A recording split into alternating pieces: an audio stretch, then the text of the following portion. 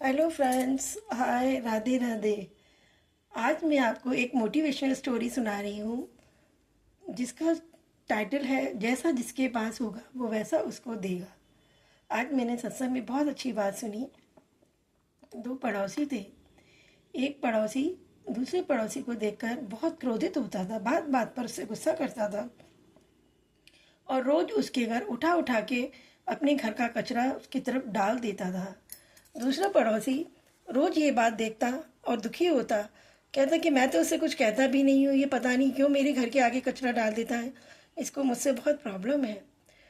उसका सेब का बागान था और वो अपने में मस्त रहता था।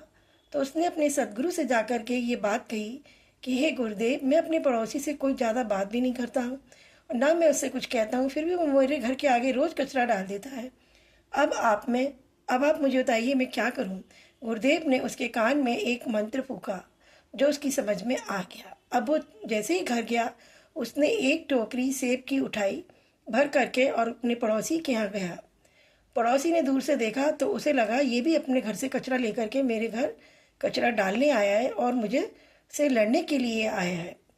तो उसने कहा कि दरवाज़ा खोलो, मैं आया हूँ। बोले क्या काम है, ऐसे वो चिल्ला करके उससे बोलने लगा।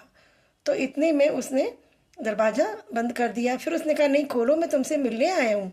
तो फिर उसने खोला तो देखा कि एक सेब की टोकरी उसके हाथ में लग रही थी। उसने वो सेब की टोकरी उसको दे दी और मुस्कुरा करके कहा ये मेरी तरफ से भेंट है। वो पड़ोसी एकदम चौंक गया।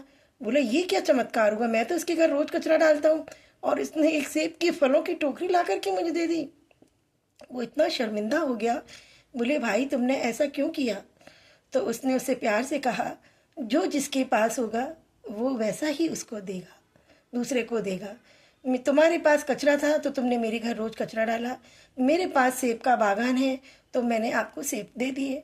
अब आपकी इच्छा है, जो मर्जी करो। तो उसको सुन करके वो लज्जित हो गया।